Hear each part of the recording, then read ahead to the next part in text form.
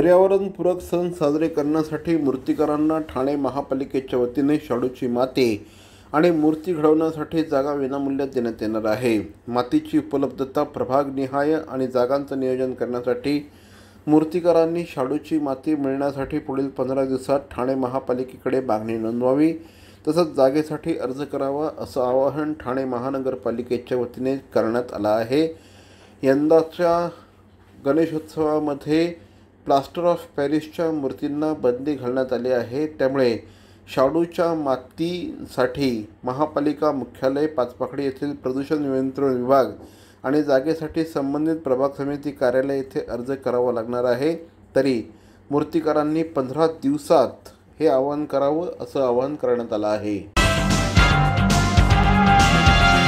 ठाणे शहरातील भवानी ज्वेलर्सची प्रति ग्रॅम केवळ 250 रुपयांची घडणावळ सोने, चांदी, हिरे आणि प्लॅटिनमच्या आधुनिक आणि पारंपरिक दागिन्यांचं विश्वासार्ह दालन Bhavani jewellers, ice factory, Talao Pali, station road Thane आणि कल्याण लाल चौक येथेही भवानी ज्वेलर्स।